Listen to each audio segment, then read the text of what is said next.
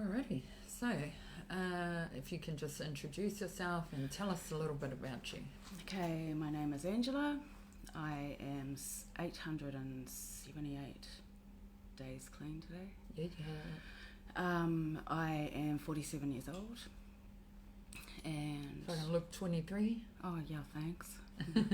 And my journey.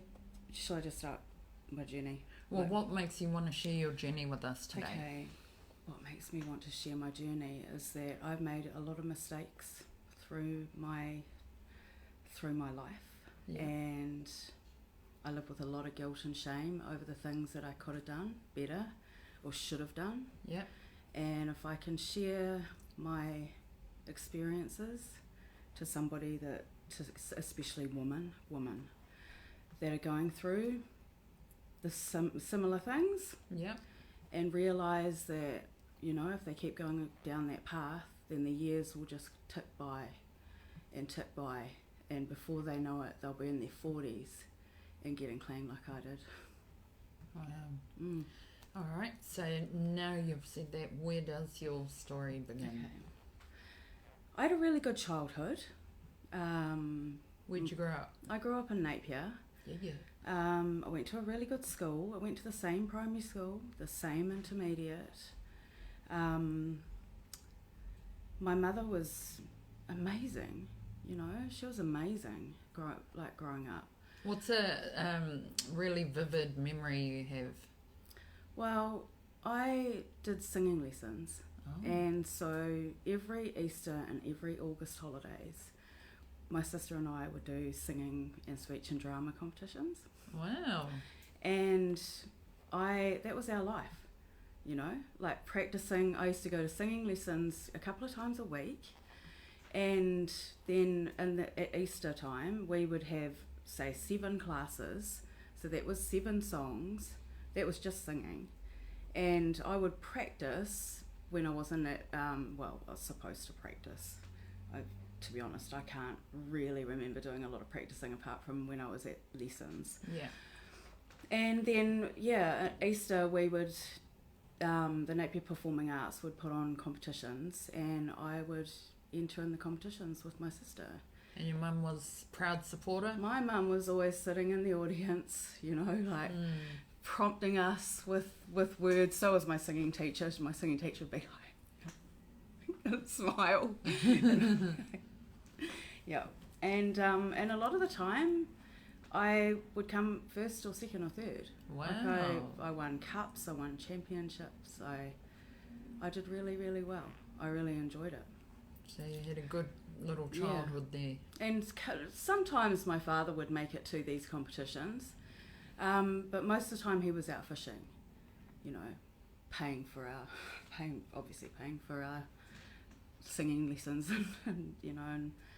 and holidays. He would not often come on holiday. We'd go to Gisborne during the August holidays for singing competitions, stay at a motel, and my dad would be at home fishing.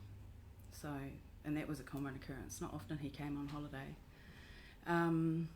So I felt like he was, when he was there, when he did come home from fishing, he was straight into the drinks, and he would drink a lot. That's a memory that's prominent in my brain, my dad drinking a lot. Not to get drunk, but just, I don't remember him being out of control drunk, but I do remember him drinking. I do remember my parents arguing over it a lot. So, fast forward to around about 14, I started wondering about life and drugs and stuff. I watched a movie when I was like 11 or 12 about this prostitute, and she was addicted to cocaine and she was glamorous, and I just thought, fuck, she's cool. I'd love to try coke. But, so drugs were like, I just remember thinking, far out, drugs are glamorous. Like, I want to be glamorous. I want to try drugs. And then, 14, I was starting to misbehave as my mum would put it. And I met a guy, and it was my first sexual relationship. But he was abusive as fuck, and he was controlling, and my parents hated him. And How old was he? Was he the same He was age? 14. Oh, yeah. And I would go to his place in the weekends and stay there. And his parents would tell my parents, yep, she's sleeping on the couch, and, but, like, we'd just wait until they were asleep, and then, like, we had a sexual relationship. And we were also going for walks to the school with my pocket money, which was $20, and, buying tinnies and getting stoned at the school. And then I remember, my mum actually knew that I was smoking dope, and so she started going to Tough Love. Yeah. And to me, that was just crazy, like, oh God, my mother's going to Tough Love. Like, cause What is it? It's a group for parents with problem teenagers. Oh, okay. So, yeah, but I was with my first boyfriend for a couple of years till I was 16. But when I was 15, my parents decided it was a good idea to send me to boarding school, private school. So I started off as a day girl, and then I became a full-time boarder in fifth form. Mainly because I was going. So what's a day girl? Just going to boarding school during the day and then go home? Yeah, Oh, yeah, having to sweet. get up at like 6 o'clock in the morning to catch the bus, Oh, and yeah. then not getting home until 6 o'clock at night. Yeah. Yeah, and having to go to school on a Saturday. Oh, fuck Mm. that. I know, but that was my life for like 6 months or so before I became a boarder. Mm. And this was when I was 15, in my fifth form year. And then And was this an attempt to straighten you out? To straighten me Yeah, out. yeah. But in the weekends, I would get weekend leave, and I would make my mother drop me off at my boyfriend's place, and I'd get stoned.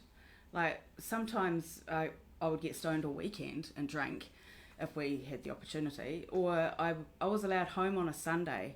So my mother would come and pick me up at like after church at like midday, because we had to go to church on a Sunday. She'd come and pick me up for a day leave, drop me off at my boyfriend's place. I'd get stoned all day, and then she'd drop me back off at school at 7:30 after I had a meal with the family. Mm. But I felt really disconnected from the family by this point. And then, in my sixth form year, I became a day girl again, but my behaviour had gone a little bit crazy again. So my mother was like, no, you're off to live with your grandparents. And where were they living? They were living, like, my parents were living on the hill, and I got shifted to Piramai, which is the same town, but yeah, so I was living with my grandparents and still going to school. And then I heard one day that my mother had shifted out. My parents had broken up, so that was crazy. So I never really went home. After that, I stopped going to school. I broke up with that guy. I started seeing guys way older than me, and I actually signed myself out of Iona College, but just wrote a letter and said, Angela has a job. She's a job, so we're not going back to school. My parents didn't know because they were too wrapped up in each other's separation bullshit. And I moved in with a guy who was 4 years older than me. And I started drinking all the time. Well, every weekend, like Wednesday, Thursday, Friday, Saturday.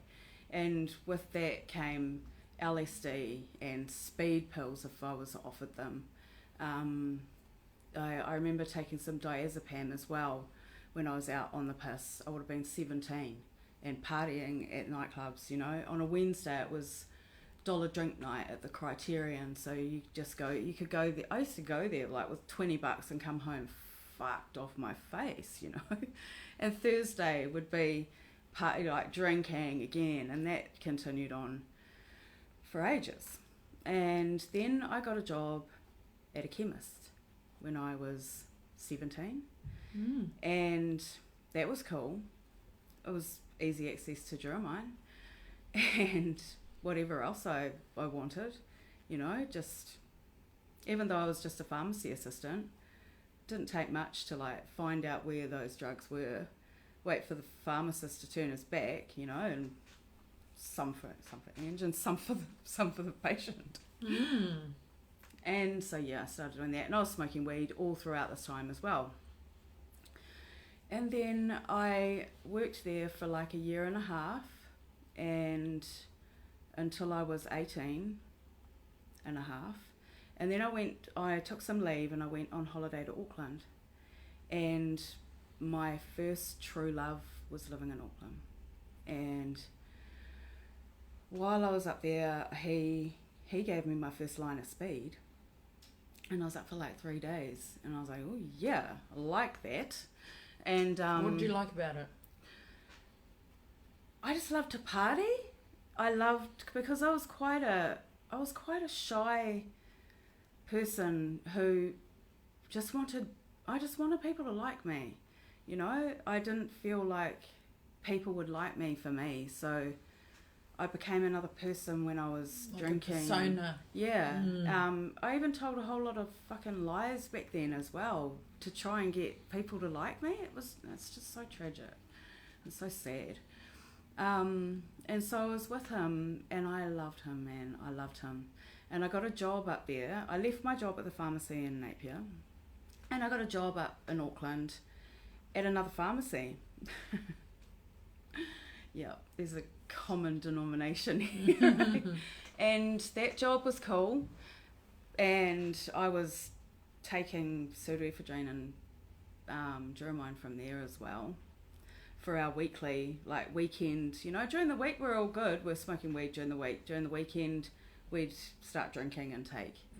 Get fucked up. Yeah, like I can remember taking 24 Durhamine one night, you know, because why not? Like, yeah.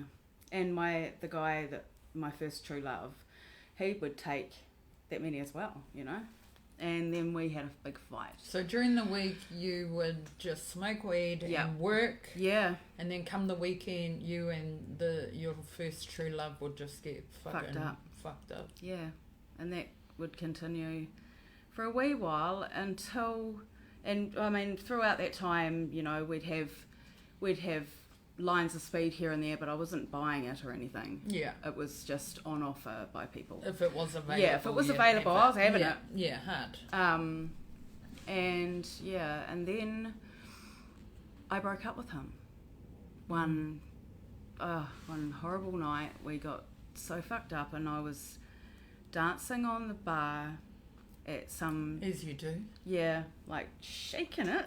And this dude started dancing next to me, being all like seductive and shit, and my first love looked over at me and thought that I was into it, and he took off. And so I took off after him, and I couldn't fight. We ended up having a big fight outside some fucking nightclub in Auckland, I can't remember. Was it Jack Daniels or something? Something like that. And then the fight continued at home. He ended up I ended up attacking him, and he ended up punching me and knocking me out. And then I woke up to all this blood all over me and the ambulance there, and there we ended up breaking up. Wow. And that destroyed me. It really destroyed me. I was so heartbroken. And it's so, like your boat just got rocked, eh? Yeah. I loved him with all my heart. I felt like I wanted to spend my life with him. I was only 19, but I still love him in a way, you know, like there's just one guy that will always have your heart, you know what I mean? I don't want him back, but if he's watching, I don't want you back. So calm down. And then I ended up losing my job because I couldn't go to work. I had stitches in my eye, above my eye, so I had to take time off anyway. But I was too depressed to go back to work a dear friend took me in. I lost the flat that we were living in. And a dear friend took me in and nursed me back to sort of semi-health. I looked after her child while she went to work. And that was cool. That was cool because it just helped me. But I lost my job. And then I thought, fuck, I need to, I had no money. So I was like, okay, what the fuck am I going to do? So I made an appointment at a massage parlour. Yeah. Because I thought, I could do that. So at 19, I started working in the sex industry. Mm-hmm. And then I had access to the old school biker amphetamines because I met some bikers while I was working. And so that was cool. It was started off just the weekends. I'd work day shift during the week and then make enough money to pay my rent and at first. And then party during the weekend. But that quickly escalated to me just spending all my money on partying. It was easy spending $700 a night just on partying. And yeah, my family quickly cottoned on to the fact that my life was spiralling out of control, and my mother came up and got me from Auckland when I was 19. How do you think they kind of got that inkling? Somebody told them that I was out of control up here. And I was. Yeah. I was totally out of control. Totally. I was hanging out with some really fucking out of it people. Yeah. Living my life. But my mum came and got me and took me back down to Napier, and I shifted in with her. I was still drinking in the weekends and that, and still just on a slippery slope.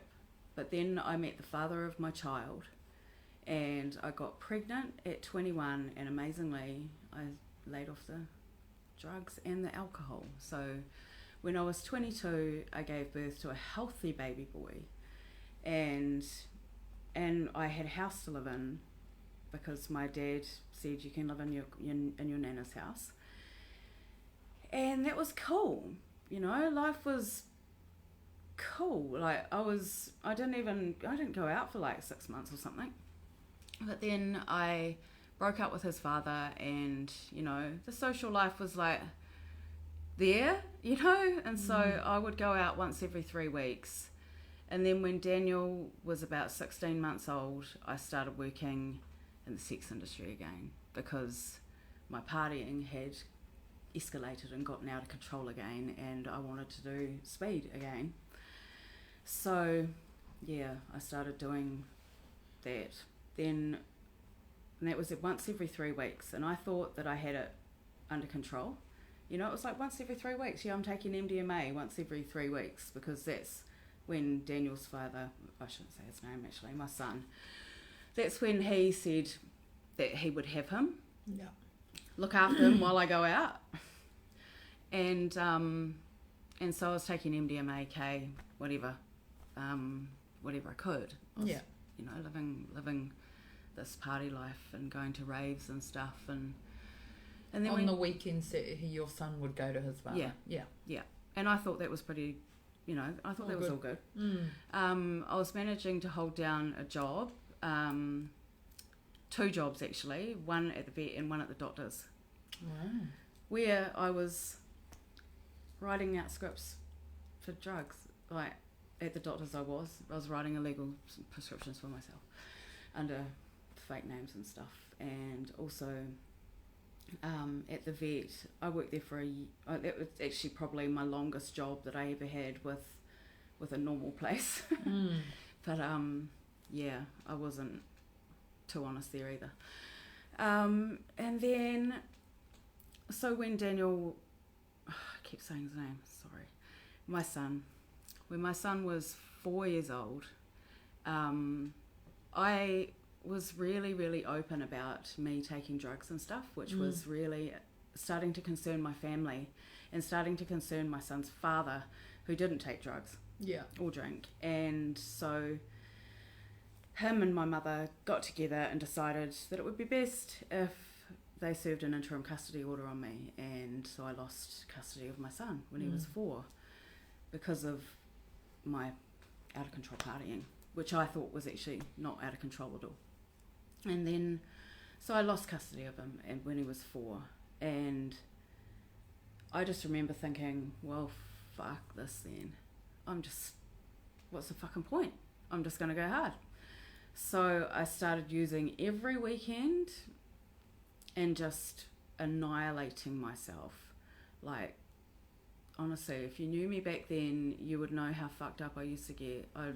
I'd take 3 or 4 pills in a night, ecstasy pills. I was the guy that everybody would come to for stuff. And then, so fast forward to Daniel was 4, I would have been 26. I couldn't get a hold of the proper speed anymore. It just wasn't around. You'd get bits and pieces here and there, but then this new stuff was around, and it was called P. And so, the sales pitch was, it's fucking heaps better than amphetamine, it's heaps better than the biker speed. Stay out for longer, you don't need much, blah, blah, blah, blah, blah. So that would have been 2001, I think. 2001, maybe. And so I started smoking P. And my weekends turned into daily. And I just didn't care because I didn't have custody of my son anymore. Yeah. And like nothing to lose. Yeah. And I was working in the sex industry, so all my income was disposable as fuck. I was making heaps of money, and I just lost myself. I just didn't give a fuck. For a long time, I was just like, I just don't give a fuck.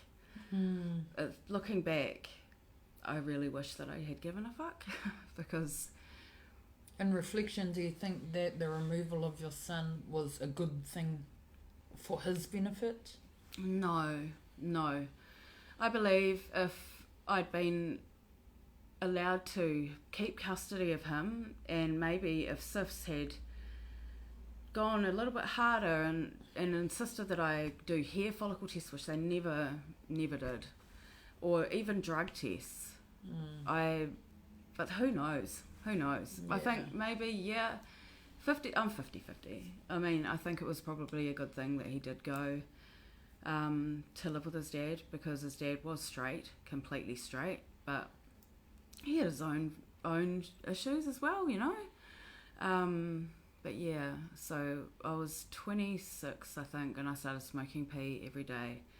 Then I moved to Wellington. I was in Wellington. I didn't want to be around my family. They were just too in my face about my lifestyle.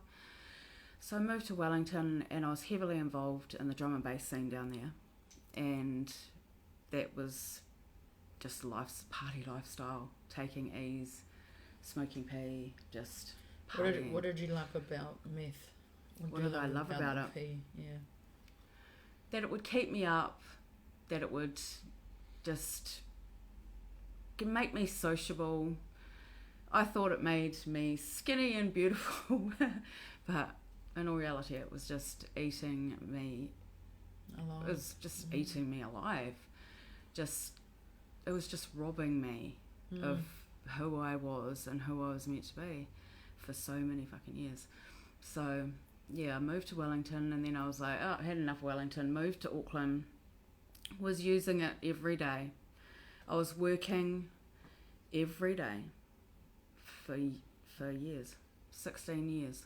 I sold my ass and I smoked gear every single day. But in that time, I made sure that the people that I met, the guys that I met, they either had money or they had heaps of gear. Yeah. And yeah, they were all, every single one of them was abusive. But yeah, one that sticks out in my mind, I met him in 2005, and he was a cook, and I thought, all my Christmases come at once. Fucking cracks it. Oh my God, there was gear coming out my fucking ass. And yeah, there was so much gear. And I remember thinking, can I learn to love him? I wasn't attracted to him, but can I? Were you attracted to the fact that he had gear in there? Yeah, hard out. Like, I remember thinking, can I learn to love him? Mm. And then I fooled myself into thinking, yeah, I'm in love with him. But in all reality, I was in love with the amount of fucking gear that we had. Mm. But then we got busted, and there was cops surrounding the house, and you know, I'm cable tied outside and thinking, fuck, man. But I had kept my distance. I'd watched him cook, but I hadn't touched anything. And so he was remanded in custody and I was let go. But yeah, he was held for a couple of days, and then I was there to pick him up, you know, like, oh my man, I'm here. You got another cells. So ridiculous. And yeah, and so it wasn't long before we needed to make money. Well, he did, and we were back cooking it again while he was on bail. And you know, in that time, with the stress of knowing that he was going away for a long time, he became really abusive, and yeah, really abusive. But I tolerated it. I never went to the police. Even, you know, he kicked my head in so badly one day that I woke up and there was blood everywhere, and my head was pounding, and there was blood all over me, all over the white sheets, all up the walls. And I was just like, my first thought was, where's the fucking pipe? I just want the pipe, but I need a drink of water first. And I could hardly move. I crawled to the kitchen to get a drink of water, and I remember like pulling myself up to the sink. I don't even know how long I'd been knocked out for, but I couldn't believe the amount of blood everywhere. It was just gross, man. And then I managed to get some water into me, but my head was pounding, and then I heard his bike come back, and he came in to the bedroom and said, I'm so sorry, baby, I've got a bit of, you know, like, here, puff. And I'm like, like crying and just puffing up. Chuffing it up, yeah. And just dismissed it. Like, you know, I felt like I deserved it. And he had all the gear, so I just put up with that shit. And then I finally... It's so thing to hear that, because it's really surprising at what you're willing to put up with for that fucking drug.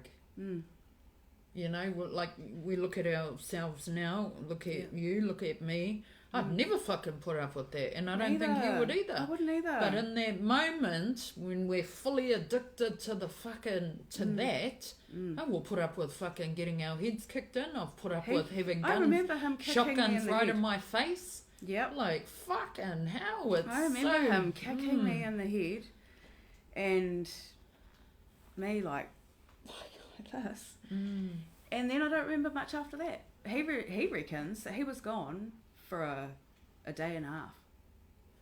But I woke up probably a couple of hours before he got home. So I must have been kid-cussed, knocked out. I know my headache was telling me that I was pretty fucked up. I've never had a headache like that before in my life. But just to think that all it took for forgiveness was some more gear.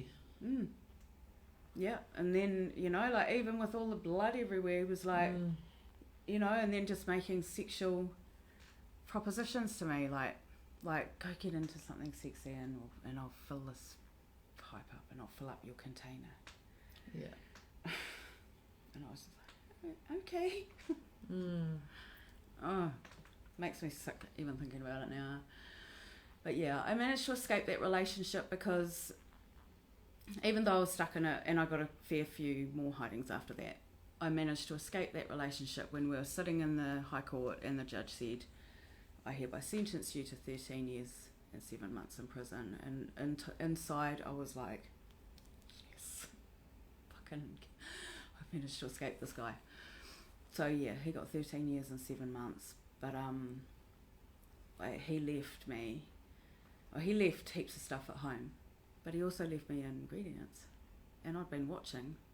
So I had learnt how to cook it. So I went to my doctor and said, yep, I've got sinus problems, I need some pseudoephedrine. Doctor just would write me out a script of pseudoephedrine, and I would go home and I would cook myself up. Crack. Like, and I did this for nearly a year. Like, yeah, just getting high on my own supply. It was great. I'd go to work in the in the massage parlour, and I would have all my money for other things, like paying my rent and paying my bills, because I was making my own gear. But then that didn't last long. I went to the doctor, and there was a notice on the doctor's screen that said, please don't just prescribe Angela any more pseudoephedrine. She isn't using it for proper reasons. The cops had got to my doctor.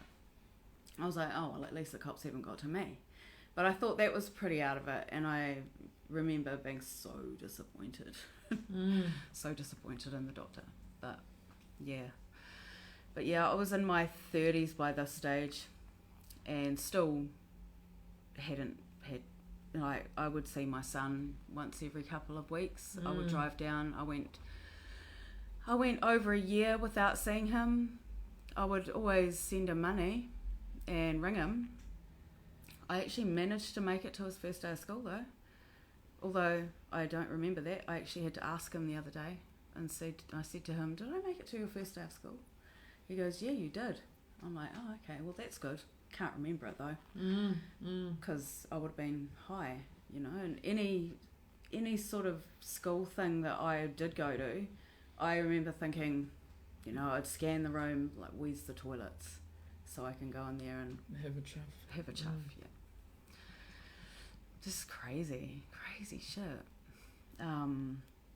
So yeah, that relationship ended when he went to prison for manufacture for 13 years. And then I started working back. I was back working again, and then I met another guy who, he turned out to be a blessing and a curse. I stopped working in the sex industry, stopped working in the parlours. I was 35, and he promised to look after me and all that. But it was love bombing.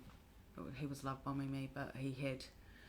What attracted me to him in the first place was that he had 2 huge bags of gear. We went to a motel, and I was just like, fuck it. I was just eyeing up the big couple of ounce bags of gear. And he was, you know, very more quick. attracted to the bags. I was totally, like, straight up. Yeah. I would love you second to the gear.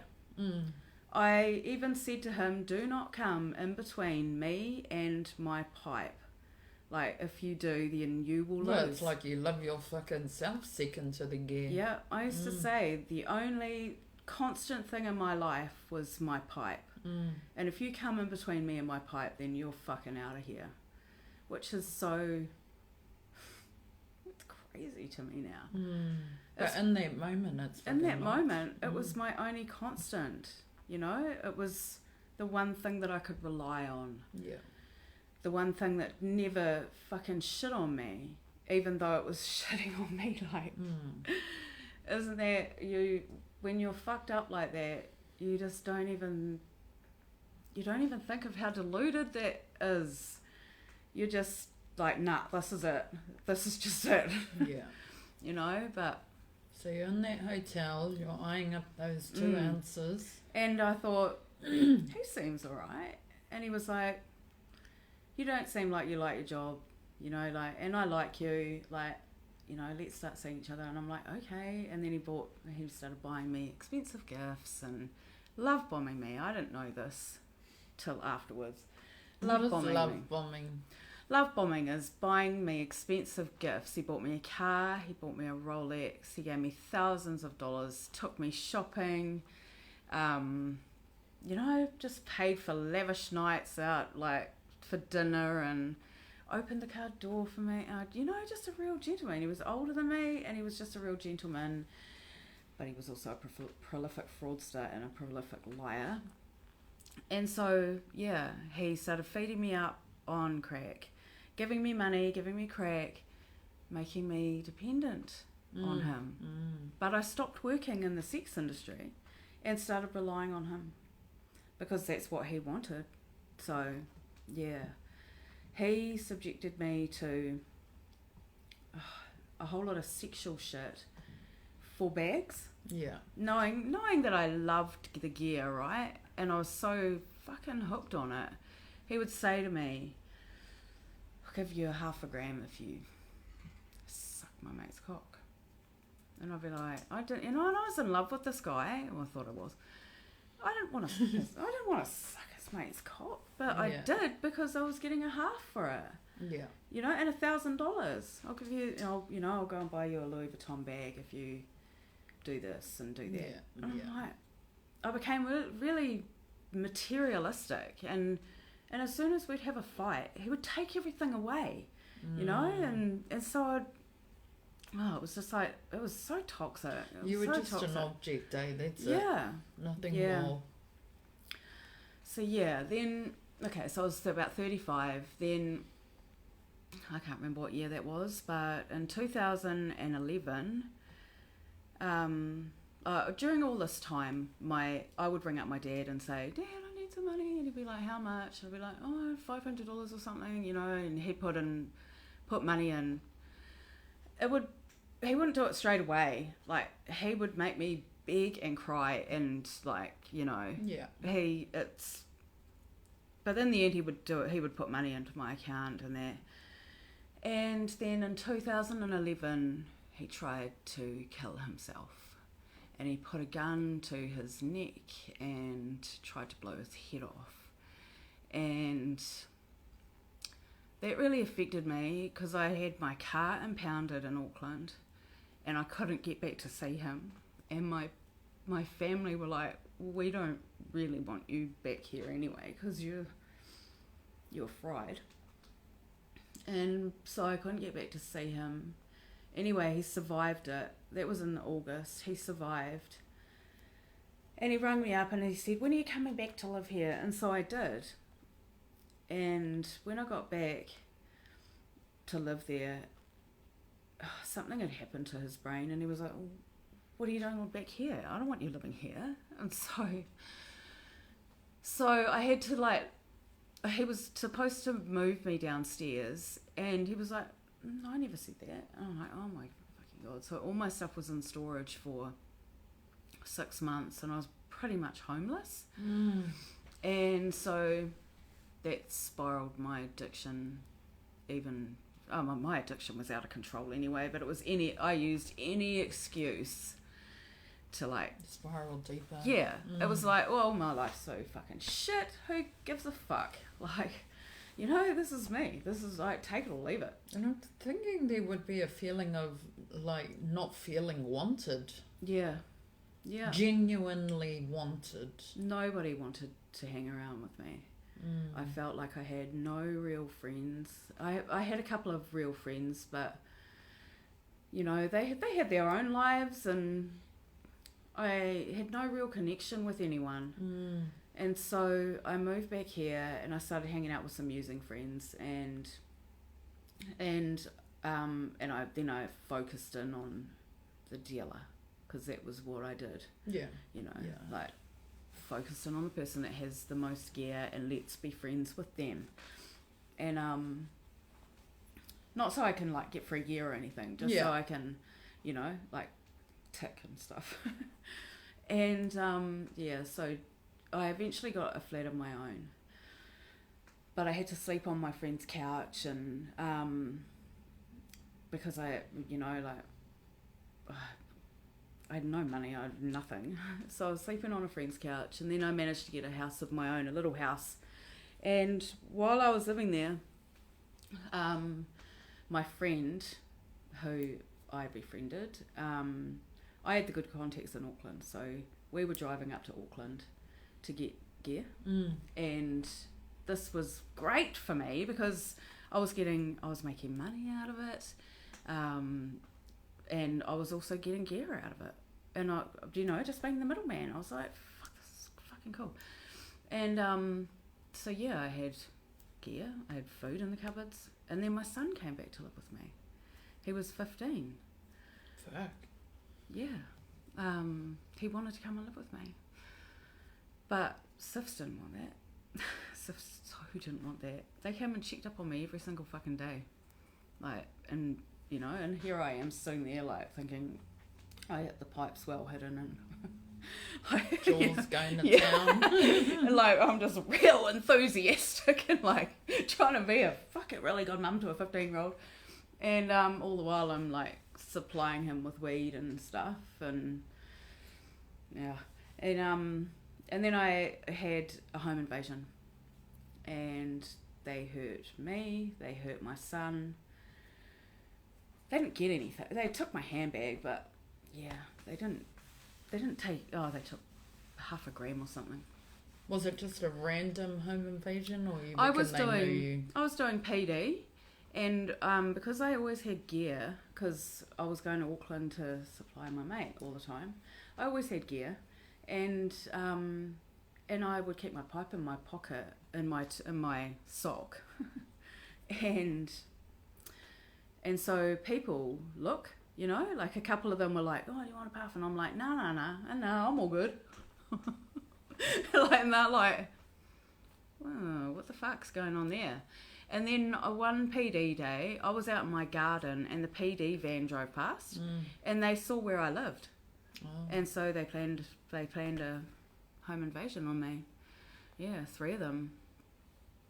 And, yeah, that was... That would have been fucking scary, eh? Yeah, that was scary. They were in balaclavas and they had hammers and they assaulted me. They assaulted my son the worst. But that wasn't even enough to make me want to... Get off it. I just thought, I don't even know what I thought. My brain was so fucked up from the meth that I just thought, why did that happen to me? Like, not like... this shouldn't be happening to me. It was like, why the fuck did that happen to me? That's not cool. So, yeah, and then we shifted out of that house and I moved in into my dad's old house. He had shifted out into another house, and the house was left empty. And I was like, well, fuck, no one's there, so I'm just going to shift into it. So I did. And I was there for about a year, like just looking after the house. And then upstairs, it was 2 flats, and upstairs was empty. So I moved my drug dealer in upstairs. So, because he needed a safe place to live. And so I moved my drug dealer in upstairs, which was really handy for me. And then I met my husband, who was in jail for bank robbery. But he was out on parole. Anyway, he was wondering about my friend upstairs and that. And then one night, my drug dealer got stabbed. And, yeah, cut a long story short, it was my husband. And he made me believe that it wasn't him. He reckoned he was somewhere else, and so I was like, okay, I believe him. I hadn't married him at that point, but he ended up being recalled back to prison, and then he organised a marriage. So I went into Hawke's Bay Regional Prison and got married to him. And I think it was so that I wasn't able to testify against him, because for 2 or 3 weeks, or maybe even longer, I believed that it wasn't him. I believed it was a random attack by a random gang, because like my friend had been stood over before, but it was my husband. But I remember thinking, oh, well, that's dumb. I wasn't really that affected by it as much as I should have been, because the meth just fucking up my senses, my conscience. I just remember thinking, oh my God, I hope my husband doesn't get busted done for this, otherwise he's going away for ages. he had to finish his 13-year leg for the bank robbery, but he got off those charges of attacking the person upstairs. Yeah. There wasn't enough evidence. I knew that it was him after saying, no, it wasn't, no, it wasn't, no, it wasn't. Couldn't go back on my story. Don't even care that I'm actually saying this now, because he knows that I have said that I know that it's him to not everyone, but everyone. Because fuck him, you don't go doing that sort of shit. You just don't. And then I've apologised to that person and said, you know, like, that shouldn't have happened. But yeah, even that wasn't enough to get me clean. I kept going. I ended up moving from there. I had to move from there because they sold the house. And I moved into a house where I am now. And I was sort of, you know, finding the dealers and forming relationships with them so that they would come around, and, you know, I'd end up getting gear off them and sleeping with them for gear and money and shit. And that's how I was funding my habit. And then, fast forward to October 2018, there's a fucking knock at the door. A big fucking loud knock. And it was the police. And I was just like, oh my God. There was a still in the lounge full of MSM, which is the stuff that they use to cut pee. I had been given a kilo to clean. Oh, yeah. And I got 364 grams of that out of it. The rest of it was cut. The cops knew all this, and I got arrested, and I managed to make bail, and the judge didn't impose any don't use drugs or anything, because he knew that I would use drugs, so they just didn't even care about that. I was on a curfew for 13 months. And when I went to court, I'd been going to NA mainly because I wanted to look good for the judge. Yeah.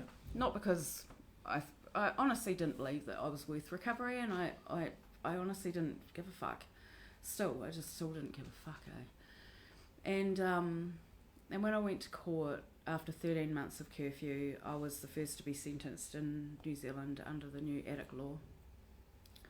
So my sentence indication was 5 years. I got a year off for an early guilty plea, a year off for my history or some shit like that, I can't remember, and a year off because I'm an addict. And so the judge said, it's your lucky day. You should be going to prison, but you're not. Wow. We're giving you a chance. I had to prove that I was an addict with letters from my doctor, my mother, one of my oldest school friends.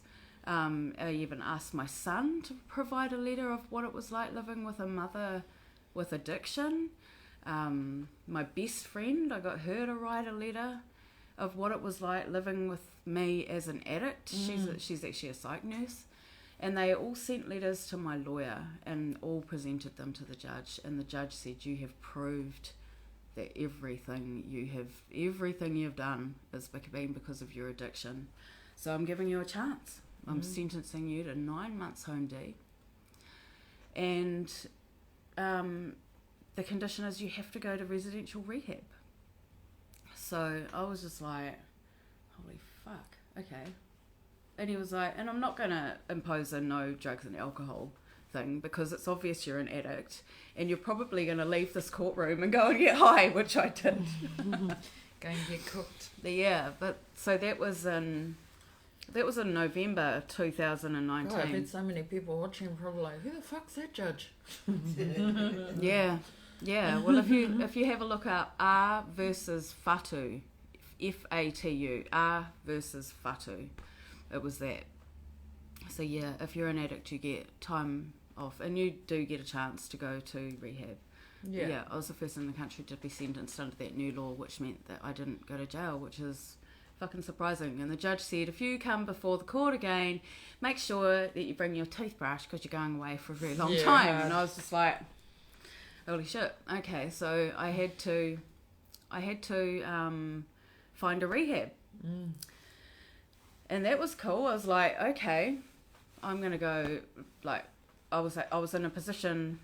Oh, my dad died 2 months before I got sentenced, and because I was on a curfew, I was so fucked up at his funeral. I was so fucked up when he was dying. My solution to that was just to be as high as possible because I couldn't deal with it. I remember him saying to me, I'm sorry. I remember him saying to me, I'm sorry. And I said to him, it's okay. I know you tried your best. It was like I was a terrible father. I was like, oh well, what's done is done. But he never ever got to see me straight. And that's a huge regret. He never got to see me straight. My son never got to see me straight. He lived his entire life with me on the pipe. He had to act a certain way with the police. He wasn't to talk to the police because it's not, like I would say to him, if the police come over, you say fucking nothing apart from your name and where you live and your date of birth, and that is it. Like, Daniel, my son, was hostile towards the police when they came over because of the way that I had been raising him. I mean, he's been conditioned. Yeah, which is not cool, eh? So, yeah, anyway, I got sentenced to rehab, so I chose one that was only 28 days so that I could just tick the boxes for the judge. Yeah, we come from, like, we've been using drugs since we were 14. Like, rehab is going to fix me. I didn't hold out much hope. I didn't have much hope at all. So I chose one that was 28 days, and I was in a position to be able to pay for a private one, thanks to my dad. And bless his heart. So yeah, I went to a rehab that was 28 days, Red Door Recovery. And I tried to cram 4 weeks worth of using into 2 days. By the time I got to Red Door, I was fucking flying. I was so fucked up. I had a chip on my shoulder, and I was fucking acting like an entitled cunt. So much so that Hop, Andrew Hopwood, he pulled me aside and said to me, "Oh, was Hoppy at the?" Yeah. He helped me get me clean. Oh man. He pulled me aside and said, "You need to fucking sort your shit out. Your attitude is actually kind of fucking dumb." And I was just like, what? I'm paying to be here. I'm paying you. Like, I get to sleep for 14 hours if I want to, so fuck off. He just turned away from me and goes, you need to go and think about shit. And I was like, oh, okay. So I went out and I sat in my room and I'm like, maybe I should give this a go since I'm here. So yeah, so I did. And in 2 weeks, I think, I was like, I actually quite like this clear head. I quite like this no stress. Like, I'm not, I was waking up in the morning and the first thing I was thinking about was, might go have a coffee and a cigarette. Not, fuck, where did I put my fucking pipe? Like, where did I put my gear? But yeah, I wrote this when I was at rehab. And yeah.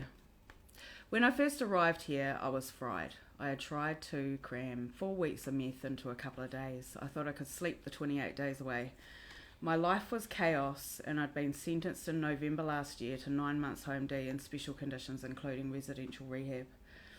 And I really had my reservations about anything helping my massive drug addiction to drugs. Thought I was a functional drug addict. Turns out I'm not. I have such a clear head, and I've learned so much about myself. So, wow. So yeah, I got 28 days down, and how did you feel coming towards the end of that 28 days? Well, I mean, I was just ticking the boxes for the judge in the beginning. Yeah. And then I was like, can I please stay another couple of days? I wanted to stay, so I did. I ended up staying there for like 2 extra days.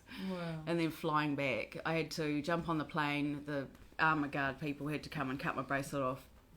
And then when I got into...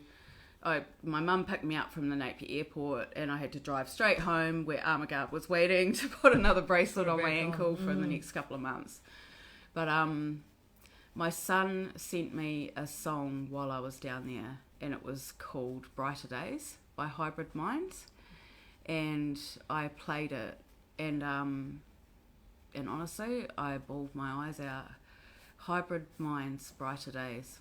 That's my rehab song. That's my recovery song. Because, yeah. And then I just thought, you know what? I owe it to my family. I owe it to my community. I owe it to my son to, like, be clean. To not use meth anymore. I'm done. I'm done with it. I can't do it anymore. Like, I've done so many years on it, and look where it's got me. It's almost got me in jail. It's almost got me killed. You know, it's got me a whole lot of fucking, like, fakeness from, you know, from guys. No connections. Like, it's got me absolutely fucking nowhere. So, yeah, I did 28 days, and then I was like, wonder how many days I can get up. And I am so stubborn that I refuse to fuck up my clean time. And, like, there's been times where I've thought... oh my god, I just you know, I just want to escape, but I just take myself off for a fucking big walk up the peak, or you know, I do a workout or something, and that releases the natural endorphins, and then I think, wow, fuck, I feel good. You know, I've just climbed a fucking mountain. I feel really good. I don't need to pick up other ways to give you that high. I don't need to pick up the pipe. Yeah. So. And so, what are you doing with yourself now? Now I run a TikTok page for the NTP ministry. I post my journey on there, good or bad, and sometimes just helpful recovery advice. Yeah, I actually really enjoy TikTok. And I'm also an admin for NTP Ministry, the group. I have people reaching out all the time, mainly whānau of addicts.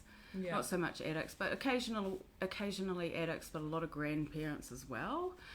And I'm also studying towards being a clinician. So I'm doing some papers with the Open Polytech at the moment, but next year I will be studying under HOP, because he wanted me to do it this year, but my application got in there too late. So yeah, while I'm like, I mean, it's not long until next year. So while I wait until I go to Welltech next year, I'm doing drug and alcohol papers through the Open Polytech, and keeping busy with the NTP ministry. So I'm on the board of trustees as well. So yeah, and travelling the country doing hikois as well, which is... it's an amazing feeling walking down a main street of some town yelling out, no more pee, you know, like, it's empowering, you know. I don't know if we're making a difference, but there's definitely people talking about us, especially in we did one in Wanganui a couple of weeks ago. Yeah. So, yeah, that's what I do. And I just chipping away to make a difference. Yeah, just trying to make a difference. And if my story can resonate with any young mum out there who cannot seem to stay off the pipe, like, please get off the pipe. Please get off the pipe. Like, your children don't deserve to grow up around that. They don't. Like, I feel like I ruined my son's childhood, you know, and now he's 25. He is so proud of me that I'm in recovery, but he's in recovery as well, from me, you know, from me being addicted to pee for so many years. So, yeah. Wow. But you can escape the sex industry. You can. It's hard. It is so hard, and the knock to your wallet is huge. But you do you do recover from that. You know, you can. Yeah. Yeah. Fucking mean, Edge. Before we wrap this up, is there anything else you want to share? Yeah, I just want to share this. It's written by Demi Lovato. It's not mine, but it just describes. This is a story that I have never told. I got to get this off my chest to let it go. I need to take back the light you stole. You're a criminal and you steal like you're a pro. All the pain and the truth I wear like a battle wound. So ashamed, so confused, I was broken and bruised. Now I'm a warrior, now I've got thicker skin. I'm a warrior, I'm stronger than I've ever been. And my armour is made of steel, you can't get in. I'm a warrior and you'll never hurt me again. Fuck you, meth. Holy fucking hell. Wow. Yeah. That was powerful. It is so powerful. I reckon she wrote it for me. But yeah, fuck meth. It's a shitty drug. Well, on behalf of CWK, I just want to say thank you so much for coming and sharing with us today. Honestly, it means the world to hear your story and your journey, and we wish you nothing but the best Thank you. in your recovery. Thank you for letting me share.